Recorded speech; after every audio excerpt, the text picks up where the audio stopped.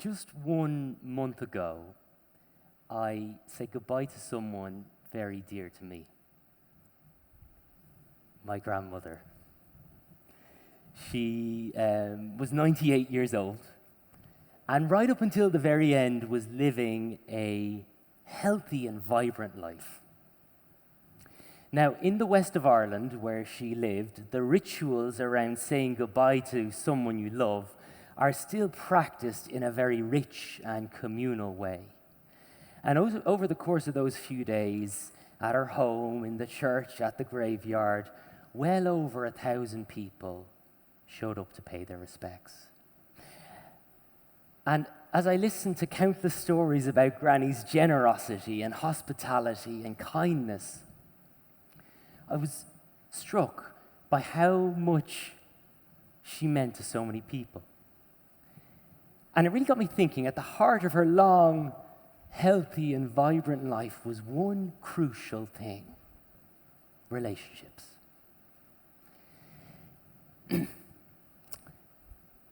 over the last month, I've realized something very clearly, that ultimately it's not our achievements or our grades or our resumes that are most important in the end, but the quality of the relationships that we build. And it turns out psychology has a lot to say about this. We as human beings are fundamentally social creatures. In fact, the very structure and function of the brain is profoundly shaped by relationships. And really, the human brain is a social organ. It's not designed to operate in isolation. It grows, changes, and regulates itself by being in connection with others. And I experienced this firsthand earlier this year with the birth of our third child.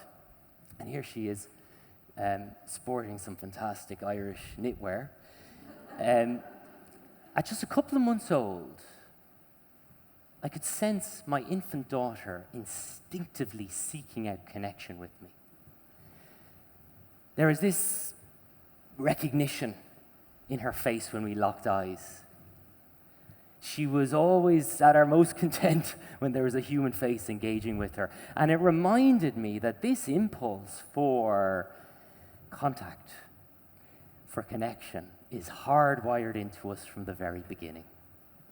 And it remains important throughout our life. In fact, the longest ongoing study in the history of psychology, the Harvard Study of Adult Development, has, for over 85 years since 1938, tracked the lives of 724 people, gathering extensive data on the participants' health and careers and relationships and sense of well-being.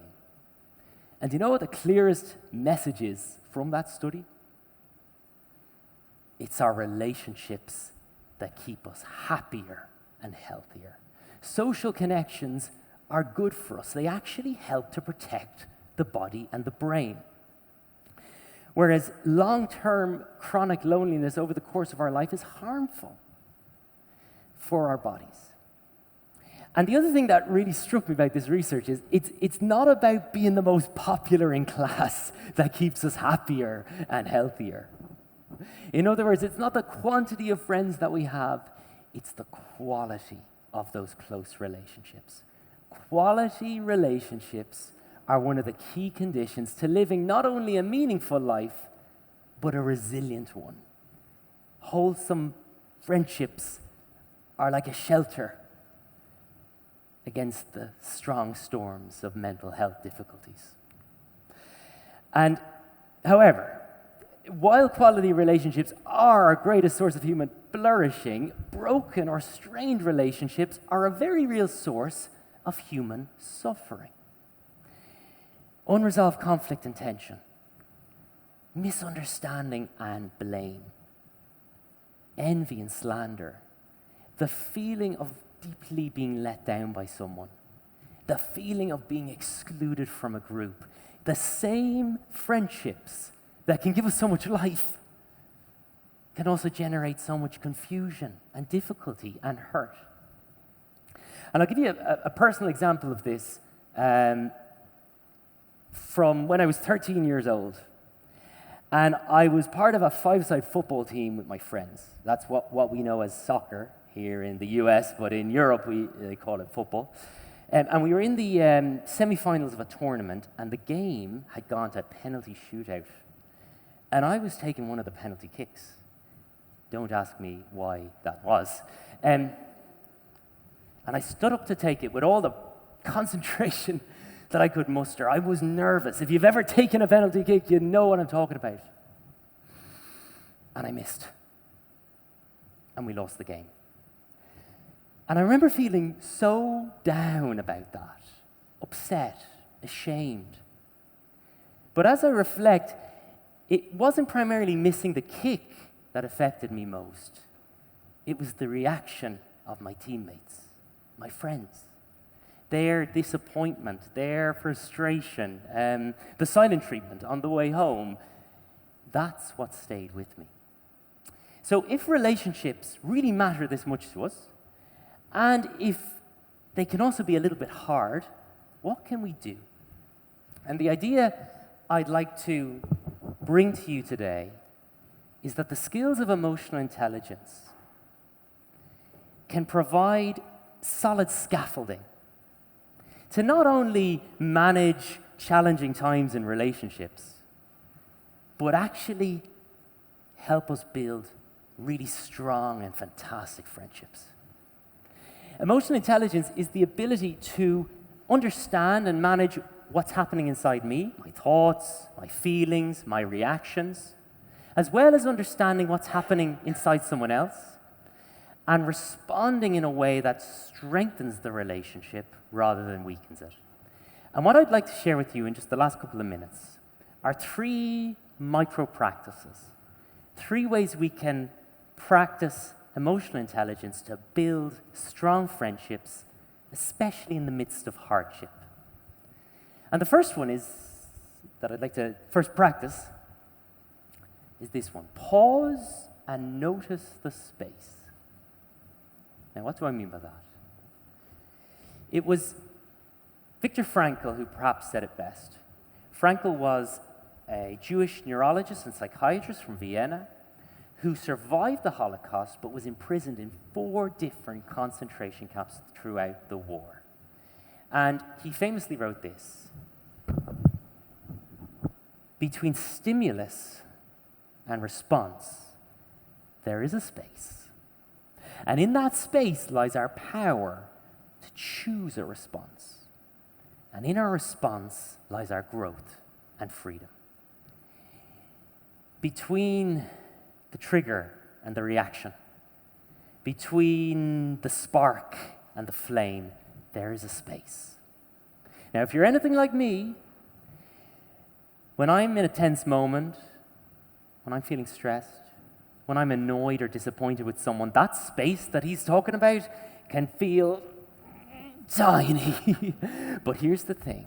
We can practice widening it by pausing, by taking a breath before reacting, by taking a moment to tune into what we're feeling and becoming aware of that. Well, what am I experiencing right now? And by becoming aware that we always have choices when it comes to how we respond.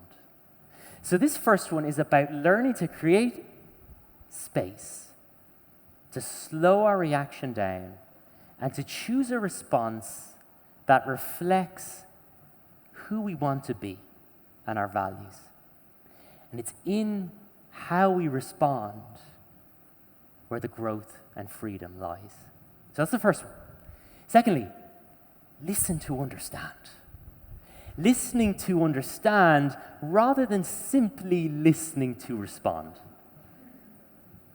How many people know someone like this? Yeah. So having created the space, this one is about stepping into it with openness and curiosity. Receiving what the other person has to say with a genuine willingness to understand. That's the roots of empathy. And what does this look like in practice? I think it looks like slowing down with our friends and in our conversations, seeking to give people our full attention, putting the phone away, asking more questions, reflecting back what you're hearing the person say, demonstrating a posture that is, I'm interested in what you have to say. That kind of listening is powerful because the feeling of being understood, of being truly seen and heard by another person, that's one of the deepest human needs that we have, the need to be understood. And in our noisy and distracted age, your ability to be present to someone is one of the greatest gifts you can give. It's a gift. So with this second one, I invite you to consider what would it look like if I was truly listening to understand, and what would others around me notice? One last one before I finish. Be straightforward. This third one is an important build on the listening because it's not one way in relationships. So this is about having the courage to bring yourself into the space. Here's what I'm thinking. Here's what I'm feeling. Now, straightforwardness is not about being blunt. It's not about being a bulldozer. It's about being transparent.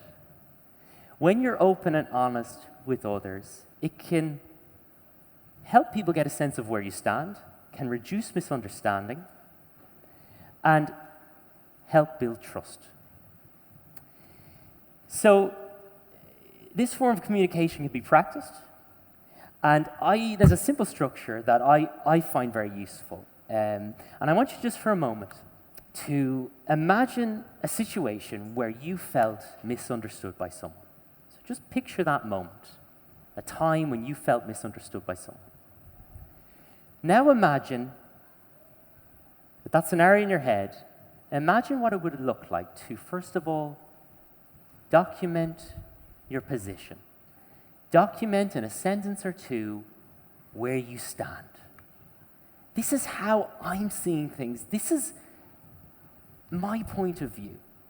Okay? Number two, acknowledge where the other person stands. Imagine for a moment putting yourself in their shoes and responding. Here's where I think you see things. Have I got that right? And number three, communicate your why. This is why this matters to me.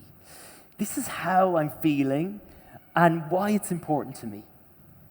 Because learning to name and express our feelings without blame can soften tense interactions and give people more of a sense of who we are.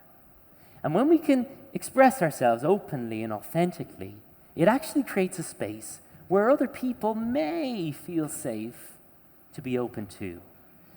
And that kind of mutual honesty can turn moments of tension into moments of real growth. So there you have it, 3 emotionally intelligent practices to build stronger friendships. Now, admittedly, these are skills that take time to build, but they're so worthwhile pursuing, and they'll stand to you throughout your life. So in closing, the influential 20th century philosopher Martin Buber said, all real living is meeting. And if that's true, if what it means to really live, to feel really alive, is found in the meaningful connections with others, then building strong friendships is the most valuable form of intelligence. And thanks very much for listening.